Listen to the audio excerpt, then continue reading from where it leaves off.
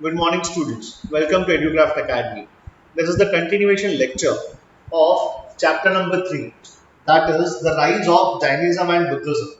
Okay, and in this lecture, we are going to study about more deeply about कहेंगे कि Buddhism. Okay, ठीक है. Buddhism का थोड़ा बहुत समझाया था. जैनिज्म में अच्छे से समझाऊंगा आपको, लेकिन बुद्धिज्म पहले खत्म कर दूं उसके बाद. ठीक है, राइट. तो प्लीज ध्यान दीजिएगा इसमें.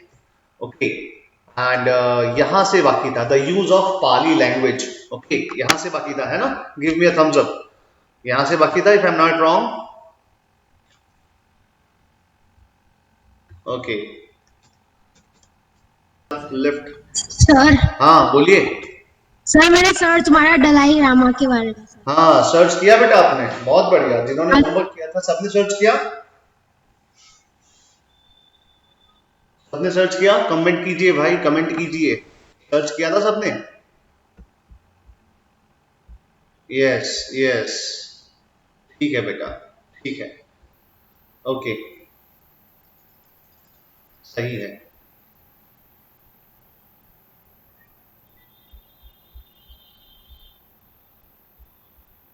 पर सर कुछ ज्यादा आइडियाज नहीं मिले थे. अच्छा, YouTube पे सर्च करिएगा, YouTube पे सर्च करिएगा, आपको मालूम पड़ जाएगा. ठीक है, राइट. चलिए अब आगे देखते हैं इसके बाद. ठीक है, अब जैसे कि मैंने कहा कि जो वैदिक लिटरेचर था, ठीक है, राइट, जो वैदिक पीरियड था वहां की जो लैंग्वेज थी वो क्या थी. ब्राह्मणों की लैंग्वेज थी, दैट वाज संस्कृत. लेकिन भगवान बुद्ध जो है, ठीक है, वो कौन सी लैंग्वेज यूज करते थे. Common language, that is the Pali language. ठीक है, जो मासेस यूज करते थे वो वाला लैंग्वेज. और ये भी एक कारण बना for the rise of Buddhism. मैंने समझा चुका हूं. ठीक है, लैंग्वेज वाला. यहां पर क्या लिखा है. लिखा है the use of Pali language of the people also contributed to spread of Buddhism, to the spread of the Buddhism. It facilitated the spread of Buddhism doctrines among the common people. Gautam Buddha also organized the Sangh. संघ का मतलब क्या है, तो कहेंगे religious orders है. Whose doors were kept open to everybody irrespective of caste and sex. ठीक है, मेल फीमेल शूद्र ब्राह्मण कोई भी आ सकता था इस संघ में. The only condition required to the monks was that they would faithfully observe the rules and the regulations of the Sangh. मतलब जो सन्यासी बनते, जो बौद्ध भिक्षु बनते, जो मॉन्क बनते, ठीक है, उनके लिए सिर्फ एक ही चीज अनिवार्य था. ठीक है, and that was to observe the rules and the regulations of the Sangh. Once they were once they were enrolled as the members of the Buddhist church, they had to take a vow of continence, poverty and faith. ठीक है, मतलब वाव का मतलब क्या होता है. यहाँ पर वाव का मतलब होता है ओथ, शपथ लेना. उसको कहते हैं क्या कहते हैं, वाव. ठीक है, राइट. एंड यहाँ पर कॉन्टिनेंस का मतलब लिखिए. कॉन्टिनेंस का मतलब क्या है. कॉन्टिनेंस, ठीक है, continence as per the Google क्या कहते हैं डिक्शनरी. यहां पर लिखिए the ability to control movements of bowels and bladder. Bowels and bladder. Urinary bladder जो होता है उसको हम कहते हैं ब्लैडर. ठीक है, और बावल भी उसी के आसपास जो हमारा पार्ट्स होते हैं उसको हम बावल्स कहते हैं. ठीक है, राइट. तो ये सारी चीजें हमको कंट्रोल करना है. क्या कंट्रोल करना है.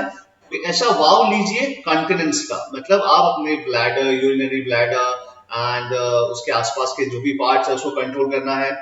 फिर एकदम पोवर्टी में रहेंगे हम. और फेथ हम क्या कहते हैं एकदम पक्का रखेंगे हमारा फेथ. तो there are 3 main elements in Buddhism. सबसे पहला क्या है, बुद्ध, भगवान बुद्ध खुद, फिर संघ और फिर धम्म. इसीलिए मैंने क्या कहा था, बुद्धम शरणम गच्छामि, संघम शरणम गच्छामि और धम्मम शरणम गच्छामि. ठीक है, बुद्ध की शरण में जाता हूं, संघ की शरण में जा रहा हूं और धम्म की शरण में जा रहा हूं.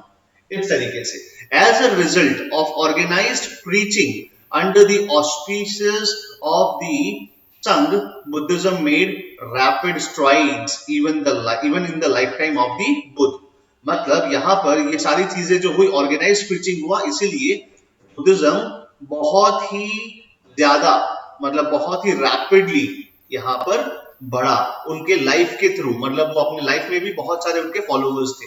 द मोनार्कीज, मोनार्कीज मतलब राजा महाराजा, ठीक है, जो रॉयल फैमिली थी। देखो भगवान बुद्ध भी एक रॉयल फैमिली से आते थे, है ना, ठीक है, क्षत्रिय क्लैन से। उनके पापा जो है कहेंगे राजा थे कपिला वस्तु के, राइट, ठीक है, तो मोनार्कीज से आते थे। और वैसे ही भगवान महावीर भी एक बड़े क्षत्रिय क्लैन से ही बिलोंग करते थे। इनका कहीं ना कहीं पहचान हुआ करता था, ऐसा कहा गया है इस बुक में, ठीक है। कहा गया है the monarchies of Magadh, Kaushal, Kaushambi and several republican states and their people adopted this religion, that is the Buddhism. 200 years after the death of the Buddha, the famous Maurya king Ashok embraced Buddhism. ये तो आपको पता ही है कि अशोक ने after the Kalinga war उसने क्या किया था, ही एम्ब्रेस्ड बुद्धिज्म, ही कन्वर्टेड इनटू बुद्धिज्म और बौद्ध भिक्षु बन गया था, ठीक है, right. This was an sir, हाँ बोलिए सर वो बुद्ध भगवान का ज्यादा बाली में था या नेपाल में? सॉरी, उनका जन्म बेटा थोड़ा बहुत मैं कहना नहीं चाहूंगा, लेकिन भारत में ही हुआ था उनका जन्म, ठीक है। भगवान बुद्ध का सर जन्म भारत में। ज्यादा कौन मानता, सॉरी, ज्यादा कौन मानता है, नेपाल वाले या बाली वाले? देखिए इसका ये जो बुद्धिज्म का जो रिलीजन है वो प्रॉस्पर हुआ भारत में, लेकिन आगे जाके कहेंगे भारत से इसका नामो निशान मिट गया, या फिर कहेंगे इसकी जो पॉपुलैरिटी है वो कम हो गई। लेकिन आज के जमाने में हम देखते हैं तो भारत में बुद्धिज्म फॉलो करने वाले बहुत कम लोग हैं, ठीक है, लेकिन बाहर, भारत के बाहर नेपाल है, मलेशिया है, म्यांमार है, ठीक है, ये सारी जगहों पर आप देखेंगे, इंडोनेशिया है, यहां पर आपको बुद्धिज्म ज्यादा प्रिवेलेंट दिखेगा, ओके, ठीक है। और वो सब अशोक के समय पे और उसके बाद वाले जितने भी राजा है उनकी बदौलत सब कुछ हुआ कि ये जो बुद्धिज्म है वो भारत की बाउंड्री छोड़कर बहुत आगे फैला, अदर कंट्रीज में फैला, ठीक है, राइट। अब क्या लिखा है, लिखा है this was an epoch. Epoch means what do mean by epoch? Epoch या इपॉक है, एरा है, डेकेड है, ठीक है, ये सब क्या है, ये सब टाइम है। डेकेड मतलब 10 साल, मिलेनियम है, ठीक है, सेंचुरी है, इस तरीके से। तो इपॉक भी एक तरीके से टाइम लाइन है या लाइन है, टाइम लाइन है, ठीक है। So this was an epoch, ये समय था making event through his agents, that is Ashok, ठीक है। अशोक क्या करता है, अपने कुछ एजेंट्स के द्वारा, खास करके अपनी बेटी और अपने बेटे के द्वारा क्या करता है, बुद्धिज्म का फैलावा करता है। कहां पर? Into the central Asia, China, Mongolia, इधर तक, वेस्ट एशिया, ठीक है, अफगानिस्तान, उस साइड आप देखेंगे। ये नाम सुना है आइसिस? आइसिस क्या है? एक टेररिस्ट संगठन है, आपको पता है, ये Islamic states of Iran and Iraq and Syria, ठीक है। ये आइसिस वाले जो है ना, उन्होंने क्या किया पता है, अभी जो है भगवान बुद्ध की जो मूर्तियां थी, ठीक है, एक केव में, या उनके जो मंदिर थे, जो बौद्ध कहेंगे कि शालाएं थी, वो सबको नष्ट कर दिया, ठीक है। ये है ना यूनेस्को की साइट्स थी, यूनेस्को की वर्ल्ड हेरिटेज साइट थी, तो इनको नष्ट कर दिया। मतलब वेस्ट एशिया में भी बुद्धिज्म फैलाया अशोक ने, ठीक है। और क्या लिखा है, लिखा है Sri Lanka and thus transformed it into a world religion। इसको सिर्फ भारत में ही सीमित नहीं रखा, भारत से बाहर लेके गए। कौन लेके गए? अशोक, और उसको वर्ल्ड रिलीजन में कन्वर्ट किया, एक तरीके से इसका पॉपुलैरिटी बढ़ाया। Even today Sri Lanka, Burma, Tibet, अब देखिए आप दलाई लामा के बारे में पढ़े होंगे बेटा, तो तिब्बत का जिक्र आया होगा, ठीक है, right. Yes, sir. He was living in the state yes yes yes, Hebron city. ठीक है। अब देखिए क्या लिखा है, Tibet, can you off your mic, Shreya, Yes, thank you. So Tibet and parts of China, Japan profess Buddhism. Although Buddhism disappeared from the land of its birth, है ना? क्या लिखा है? जहां पर ये बुद्धिज्म का जन्म हुआ, that is in Bharat, that is in India, तो यहाँ पर बुद्धिज्म इतना पॉपुलर नहीं रहा, यहाँ पर नहीं रहा, लेकिन बाहरी देशों में ये बखूबी अच्छे से प्रॉस्पर हुआ। क्या लिखा है? लिखा है although Buddhism disappeared from the land of its birth, it continues to hold ground in the countries of South Asia, Southeast Asia and East Asia।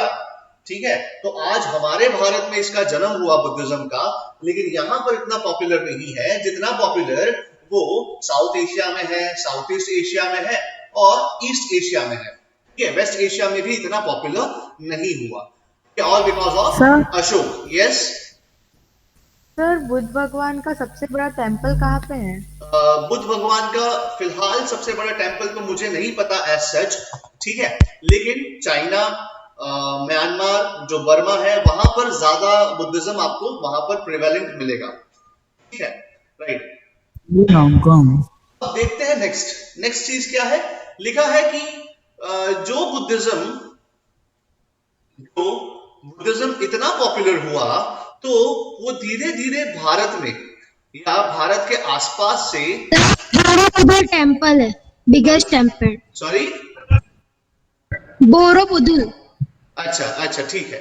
ऐसे तो हमारे यहाँ पर बहुत सारे, भारत में बहुत सारे स्तूप है। ठीक है, स्तूप अभी समझाऊंगा स्तूप क्या होता है, बाद में समझाता हूँ स्तूप। ठीक है, लेकिन भारत में भी स्तूप बहुत सारे हैं, वो समझाता हूँ अभी। ठीक है, जब ये खत्म हो जाएगा सब कुछ तो लास्ट में मुझे अगर टाइम बचेगा तो मैं सब कुछ एक्स्ट्रा नॉलेज आपको दूंगा। लेकिन यहाँ पर अभी हमको देखना है causes of the decline of Buddhism, कि बुद्धिज्म का डिक्लाइन क्यों हुआ। ठीक है, देखो क्या लिखा है। लिखा है by the 12th century AD, मतलब देखिए भगवान बुद्ध का जन्म कब हुआ था? 6th century BC में हुआ था, है ना? ठीक है, और ये खत्म कब हो रहा है? 12th century AD, मतलब इतना लंबा समय जिसमें क्राइस्ट का भी जन्म हुआ और सारे कहेंगे कि रिलीजियंस का जन्म हुआ। ठीक है, यहां से क्रिश्चियनिटी आया और कहेंगे कि तकरीबन 1400 साल के आसपास यहां से 600 AD से कहीं से कहेंगे कि इस्लाम आया। राइट, ठीक है, तो इतना लंबा समय जो है बुद्धिज्म जो है वो प्रॉस्पर किया। ठीक है, तो कहेंगे 600 यहाँ, 1200 यहाँ पर, मतलब ऑलमोस्ट 1800 इयर्स। ठीक है, ये बुद्धिज्म पॉपुलर रहा। क्या लिखा है? By the 12th century AD Buddhism became practically extinct in India। Bharat की बात कर रहे हैं, देखिए। ठीक है, it continued to exist in a changed form in Bengal, Bihar till the 12th century, but after that this religion almost completely vanished from the country। देखो, मतलब भारत से ये बुद्धिज्म यहां से वैनिश हो जाता है। What were its causes? क्या थे उसके causes?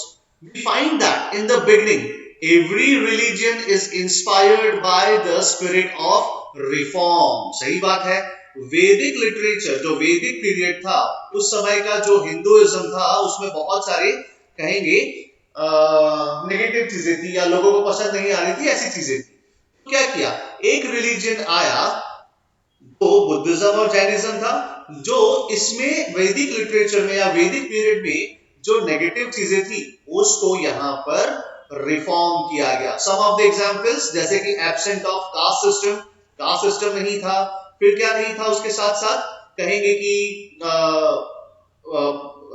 क्या कहते हैं, विमेन का स्टेटस अच्छा था यहाँ पर। तो ये रिलीजन, सैक्रिफाइसेस नहीं थे, यज्ञ नहीं थे, ठीक है, ये सब नहीं होता था। तो क्या रिफॉर्म मूवमेंट के साथ ये शुरू हुआ था।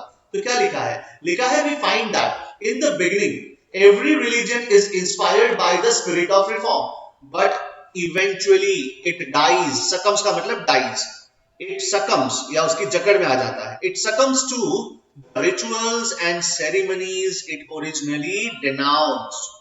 ठीक है, जस्ट अ मोमेंट बेटा। तो यहां पर क्या है, क्या लिखा है? बोला है कि बुद्धिज्म जो शुरू हुआ था किसको अपोज करके? तो कहेंगे वैदिक रिलीजन को अपोज करके, या कहेंगे कि उस समय का जो हिंदू रिलीजन था उसको अपोज करके कहेंगे बुद्धिज्म शुरू हुआ। इसके अंदर वो सारे नेगेटिव चीजें नहीं थी, ना ये कोई यज्ञ था, ना कोई सेरेमनीज थी, ना कोई रिचुअल्स थे, ठीक है, ना कोई सेक्रीफाइस था, ठीक है, प्लस ना कोई कास्ट सिस्टम था, कुछ भी नहीं था। लेकिन क्या लिखा है धीरे धीरे, क्या लिखा है, it originally denounced, right, but eventually it succumbs to the rituals and ceremonies. और लास्ट में आते आते क्या होता है, बुद्धिज्म में भी ये सारी चीजें कहीं ना कुछ हद तक ये सारी चीजें जो है इंक्लूड हो जाती है, ठीक है। Buddhism underwent a similar Metamorphosis. क्या होता है मेटामॉर्फोसिस, 9th स्टैंडर्ड में आपको आता है, ठीक है, the process of changing of rocks is known as metamorphosis. मतलब क्या है यहाँ पर एक तरीके से process of changing is known as metamorphosis, kind of that thing, ठीक है। लेकिन with respect to the rock क्या होता है, तो मेटामॉर्फिक रॉक जिस तरीके से बनते हैं उसको हम मेटामॉर्फोसिस कहते हैं, ओके, ठीक है। लेकिन यहाँ पर the process of changing similar, a process of changing, ठीक है। मतलब बुद्धिज्म में भी क्या हुआ, चेंज आना शुरू हुआ, एक प्रोसेस शुरू हुआ जहां पर चेंज आया। क्या आया चेंज, देखो क्या लिखा है, लिखा है it became a victim of the evils of the Brahmanism.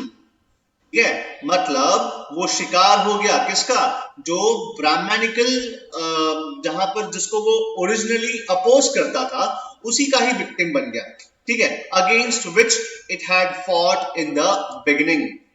Amid the Buddhist challenge, the Brahmins reformed their religion, stressed the need for preserving the cattle wealth, and assured women and Shudras of admission to heaven। मतलब क्या है, यहां पर counter reformation हुआ। Counter reformation का मतलब कि Buddhism को देखकर, बुद्धिज्म की पॉपुलैरिटी को देखकर क्या किया कि ब्राह्मणिज्म में जो ब्राह्मणवाद था, जो ब्राह्मणिज्म था, ठीक है, उसमें भी लोगों ने रिफॉर्म लाए और उसी को कहते हैं काउंटर रिफॉर्मेशन। क्या हुआ, दे अश्योर्ड, क्या अश्योर किया कि भाई अब हम कैटल को बचाएंगे, ठीक है। जो हम देखते थे पहले कि क्या होता था, पहले जो है काऊ या फिर लेट अस से बहुत सारे एनिमल्स, अदर एनिमल्स, उनको सेक्रीफाइस करते थे। लेकिन अब ब्राह्मणिज्म में क्या हुआ, बोले कैटल वेल्थ पे ज्यादा भार दीजिए, ज्यादा एम्फेसाइज कीजिए, ज्यादा स्ट्रेस दिया, किसके ऊपर दिया, प्रिजर्विंग द कैटल वेल्थ। और फिर अश्योर किया कि विमेन का भी स्टेटस होगा जैसे भगवान बुद्ध दे रहे थे अपने संघ में एडमिशन देकर। फिर शूद्रस को भी बोला कि भाई आपको भी क्या कहते हैं, जन्नत में जाना या हेवन में जाना, या लेट अस से जन्नत का और दूसरा नाम क्या है, हेवन, काइंड ऑफ, कि हेवन में आपको जान, स्वर्ग में जाने का आपको अवसर प्रदान किया जाएगा, कि आपको भी एडमिशन मिलेगा हेवन में, आप घबराइए मत, आ जाइए वापस, घर वापसी कीजिए, ठीक है। इस तरीके से हुआ, ओके। अब देखिए क्या लिखा है, Buddhism on the other hand change for the words. देखो यहाँ पर क्या लिखा है, हम क्या पढ़ रहे हैं, हम पढ़ रहे हैं causes of the decline of the Buddhism, और बुद्धिज्म में मेटामॉर्फोसिस हुआ, क्या हुआ, एकदम वर्ड्स हो गया। Gradually the Buddhist monks were cut off from the mainstream of the people's life. They gave up the common language of the people, that is the Pali, छोड़ दी पाली language में, ठीक है, एंड संस्कृत अपना लिया, the language of the intellectuals. और आपको पता है इंटेलेक्चुअल्स का मतलब क्या है, अगर आप आज के जमाने में एकदम फराटेदार इंग्लिश बोलेंगे, एकदम फराटेदार फ्रेंच बोलेंगे, लोग क्या समझेंगे, लोग समझेंगे कि भाई साहब अब ये तो बहुत पढ़ा लिखा है, इंटेलेक्चुअल है, लेकिन होता कुछ नहीं है, ठीक है। तो यहाँ पर भी क्या है, वहां पर उस समय पर पाली लैंग्वेज को छोड़कर वो मॉन्क्स ने क्या किया, संस्कृत लैंग्वेज को अडॉप्ट कर लिया, लैंग्वेज ऑफ द इंटेलेक्चुअल्स, ठीक है। From the 1st century AD they practised idol worship. क्या हुआ कि यहाँ पर बुद्धिज्म में भगवान बुद्ध के जो आइडल है उसको वर्शिप करना शुरू कर दिया, ठीक है। हीनयान और महायान, बता दें डिफरेंस क्या है, ठीक है, महायान वाले होंगे ये सब, क्या है, आइडल वर्शिप फॉलो करना शुरू कर दिया on a large scale, and received numerous offerings from the devotees. वही हुआ, मतलब यहाँ के मॉन्क्स क्या बन गए, ब्राह्मण बन गए। जो ब्राह्मण जो दक्षिणा लेते थे, अब मॉन्क्स भी क्या करते हैं, started to accept the offerings from whom, from their devotees, ठीक है, right. The rich offerings supplemented by the generous royal grants to the Buddhist monasteries. क्या होता है monasteries? मालूम है आपको monasteries क्या होता है? आपने पता है वो एक एड देखा होगा, वर्ल्ड कप के समय पे एड आता था, पता है? उड़न खटोले पे आया एक वाला kind of that thing. Have you seen that ad? ठीक है, सारे मोह मोह मोह छोड़कर आया, something like that. Have you seen that बेटा? नहीं? उड़न खटोले पे आया और फिर क्या होता है उसके बाद? वो है ना, सारा संन्यास दे देता है, अपनी अपनी लैम्बोर्गिनी की चाबी ड्राइवर को दे देता है, अपने बिजनेस को किसी और को दे देता है, और फिर वो बौद्ध भिक्षु बनने के लिए जाता है. तो बौद्ध भिक्षु बनने के लिए जाता है ना, तो वो बौद्ध मठ में जाता है, मतलब दैट इज मोनेस्ट्री, जहां पर बौद्ध भिक्षु रहते हैं. ठीक है, और वहां पर उसको है ना शेव करने के लिए ऐसे सिर झुकाता है, और फिर पेपर में है ना, पेपर में ऐड आता है, इंडिया पाकिस्तान मैच, सब कुछ छोड़कर भाग जाता है वापस, दुनिया की तरफ चले जाता है सन्यास के अलावा. ठीक है, सो यहाँ पर वो मोनेस्ट्री है, उसको कहते हैं बुद्धिस्ट मोनेस्ट्री. ओके, ठीक है, तो ये मोनेस्ट्रीज के लिए भी क्या हुआ, बहुत सारे रॉयल ग्रांट्स मिलने लगे. अब रॉयल ग्रांट्स का मतलब राजा लोग क्या करते थे, जमीन जायदाद हीरे जवाहरात देते थे. ठीक है, इस तरीके से. अब देखो क्या है, मोनेस्ट्रीज सिर्फ वो नहीं है, आप देखेंगे बहुत सारी यूनिवर्सिटीज भी थी उस समय पे. तो क्या लिखा है some of the monasteries such as Nalanda collected revenue from as many as 200 villages. ठीक है, नालंदा विश्वविद्यालय है उस समय पे, आज तो ये नष्ट हो चुकी है. ठीक है, उस समय पे ह्यूएनसांग आए थे, इक्सिंग आए थे, ये सारे के सारे बुद्धिस्ट ट्रैवलर्स आए थे फ्रॉम चाइना. ठीक है, यहाँ पर भारत में विजिट करने के लिए, और सारी यहाँ से बुक्स लेकर गए, सारे नॉलेज लेकर गए, और बुद्धिज्म को वहां पर भी पॉपुलराइज किया. ठीक है, by the 7th century AD, अब 7th century एडी की बात चल रही है. देखिए, बुद्धिज्म का जन्म हुआ 6th century एडी के आसपास, मतलब ऑलमोस्ट 13 years, सॉरी बीसी, यहाँ पे एडी नहीं है, बीसी, 1300 years के आसपास, मतलब उसके साल के बाद बात कर रहे हैं. ठीक है, the Buddhist monasteries had come to be dominated by peace loving people, मतलब आरामदायक पीपल से वहां पर हो गया. और क्या हुआ, became the centers of the corrupt practices which Gautam Buddha had strictly prohibited. ठीक है, तो भगवान बुद्ध ने जिस चीज के लिए मना किया, वही करप्ट प्रैक्टिसेस शुरू हो गई इन मोनास्ट्रीज में by the Monks. Okay, right. तो ये चीजें क्या है, ये चीजें जो है, ये कहेंगे बुद्धिज्म का डिक्लाइन हुआ, यहां से भारत में तो डिक्लाइन हुआ. ठीक है, the new form of Buddhism was known as Vajrayana. The enormous wealth of the monasteries with women living in them led to further degeneration. क्या है, बोला है एक तो पैसा, और दूसरा जो है women. ये सब जो चीजें हैं भगवान बुद्ध मना करते थे. ठीक है, राइट, है ना, तो वही चीजें हुई, और क्या हुआ, बुद्धिज्म का डिक्लाइन होना शुरू हुआ. क्या लिखा है उसके बाद, लिखा है the enormous wealth of the monasteries with women living in them led to the further degeneration. Degeneration का मतलब क्या, नीचे गिरना, डाउनफॉल होना, उसको कहते हैं degeneration. Buddhists came to be looked upon women as the objects of lust.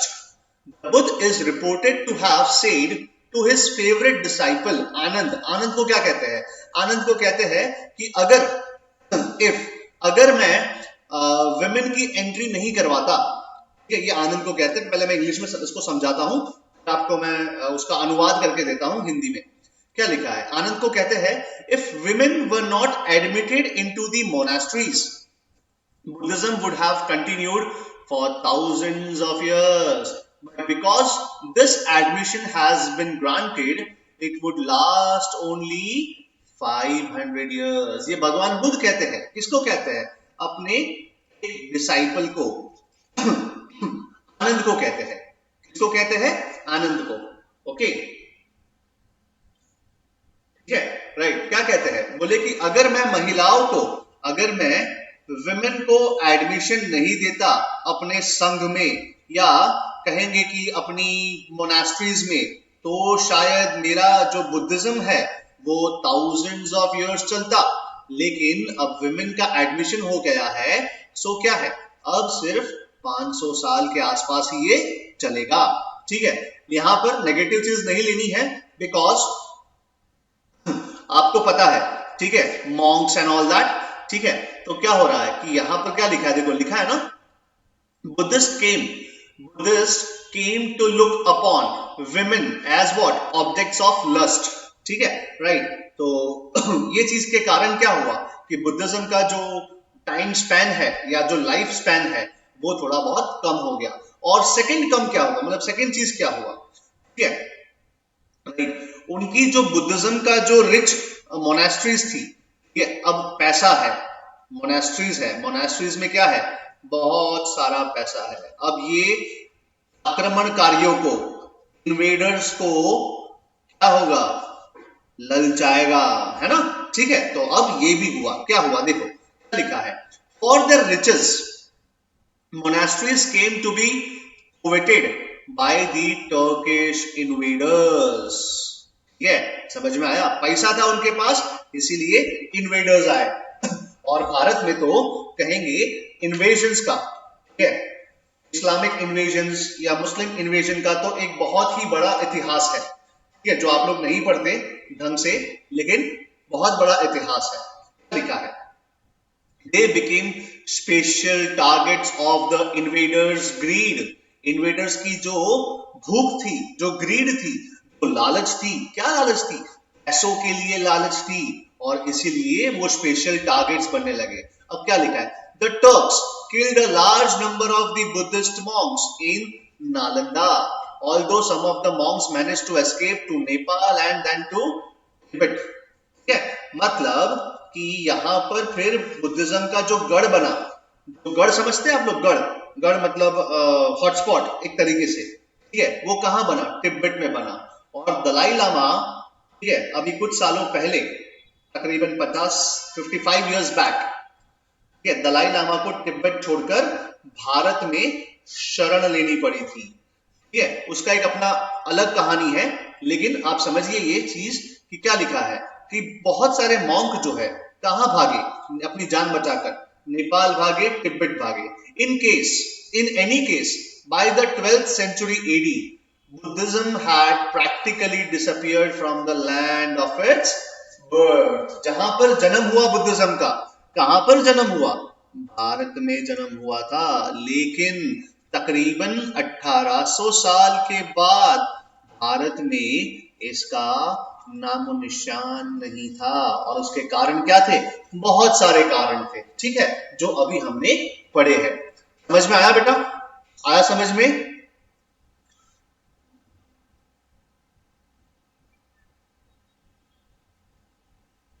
Yes yes, हाँ रुद्र रावल, तुम्हारी बात सही है।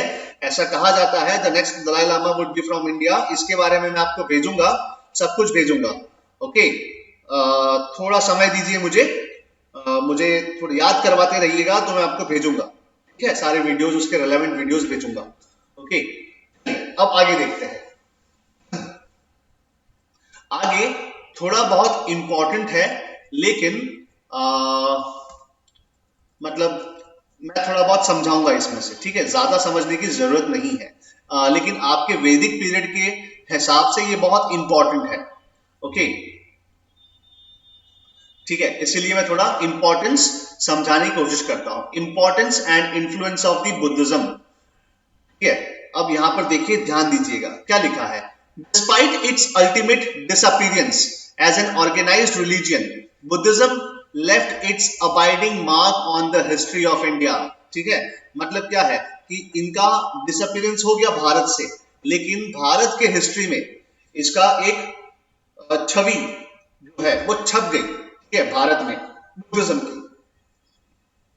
The Buddhists showed a keen awareness to the problems that faced the people of the northeast India in the 6th century BC। ठीक है, और देखिए next वाला उसका क्वेश्चन है, क्या क्वेश्चन है आपका, क्वेश्चन जो टेस्ट में आया था, the new iron ploughshare, agriculture, trade and the use of coins enabled the traders and the nobles to accumulate wealth, and we hear of people possessing 80 कोटीज ऑफ वेल्थ, है ना, कोटी कोटी, ऐसा कोटी मीन्स व्हाट, कहेंगे इट्स अ कहेंगे कि measure, it's a measure of wealth, है ना, कोटि कोटि प्रणाम, ऐसा कुछ कहते हैं ना, ठीक है।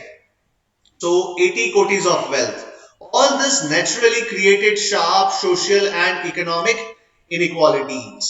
अब हुआ क्या कि कुछ लोग बहुत पैसे वाले हो गए, 80 कोटीज के मालिक हो गए, वेल्थ हो गए, कुछ लोग गरीब रह गए, ठीक है। तो ये क्या हुआ, एक सोशल और इकोनॉमिक इनइक्वालिटी डेवलप करना शुरू किया, ठीक है। So Buddhism asked people not to accumulate wealth, according to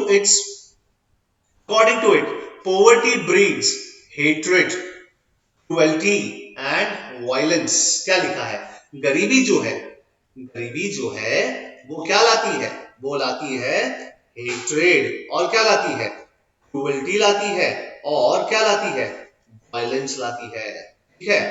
To eradicate these evils, the Buddha advised that the farmers should be provided with grain and other facilities, the traders with wealth, and the laborers with the wages.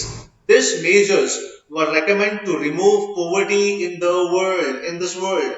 Buddhism further taught that if the poor gave alms to the monks, they would be born wealthy in the next world। मतलब है क्या, यही तो है कि गरीबों से कहा कि भाई दान दीजिए, दान दीजिए, किसको दान देना है, मॉन्क्स को, किसको देना है दान, मॉन्क्स को, ठीक है, राइट, मॉन्क्स को दान देना है।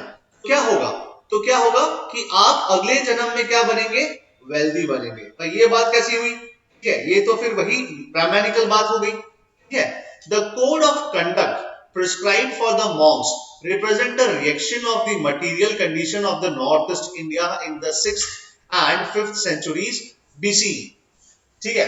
It imposes restrictions on the food, dress and sexual behavior of the monks, okay, no you don't have that, ठीक है।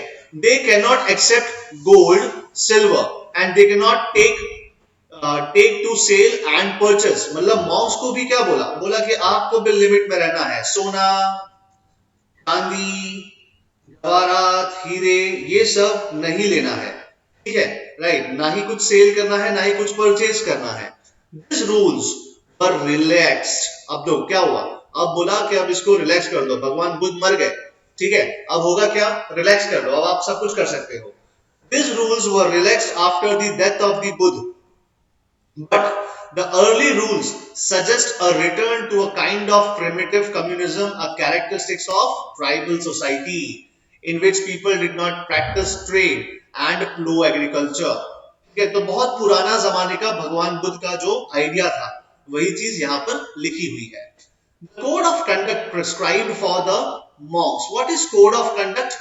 Code of conduct का मतलब है जीवन शैली, जीवन जीने का तरीका, जो जीवन जीने का जो तरीका है, कहेंगे कि इन मॉन्क्स के लिए, उसको कहते हैं कोड ऑफ कंडक्ट। तो the code of conduct prescribed for the Monks partially reflects a revolt against the use of money, private property, luxurious living, which appeared in the 6th century BCE in the northeast India। In those days, property and money were regarded as luxuries, ठीक है। इसलिए कहीं ना कहीं monk के अंदर, जो monk थे उनके अंदर जो है इविल्स आते रहते थे, मन बहुत विचलित होता था, मन नहीं मानता था, ठीक है, उनको क्या चाहिए था, पैसा, लग्जरी, यही सब चाहिए था।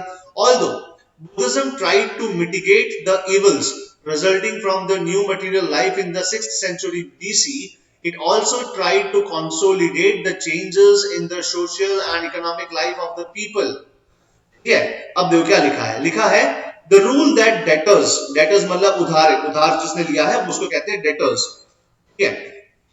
The rule that debtors were not permitted to be the members of the Sangh naturally helped the moneylenders and richer sections of the society from whose clutches the debtors could not be saved। ठीक है, मतलब जो उधार, जिसने उधारी ली है उसको entry नहीं देंगे हम लोग संघ में, ठीक है, तो ये चीज एक तरीके से हुई। Similarly, the rule that slaves could not join संघ, ये तो वही बात हुआ, स्लेव्स यहां पर कहेंगे शूद्र के समान है, ठीक है, तो उनको भी कहीं ना कहीं संघ में एंट्री नहीं दी गई। Help the slave owners, right, thus the rules and the teachings of Gautam Buddha took full account on the new changes in the material life and strengthened them ideologically, ठीक है, राइट, तो I hope आपको समझ में आ रहा है ये सब चीजें, ठीक है, राइट, कोई डाउट है इसमें?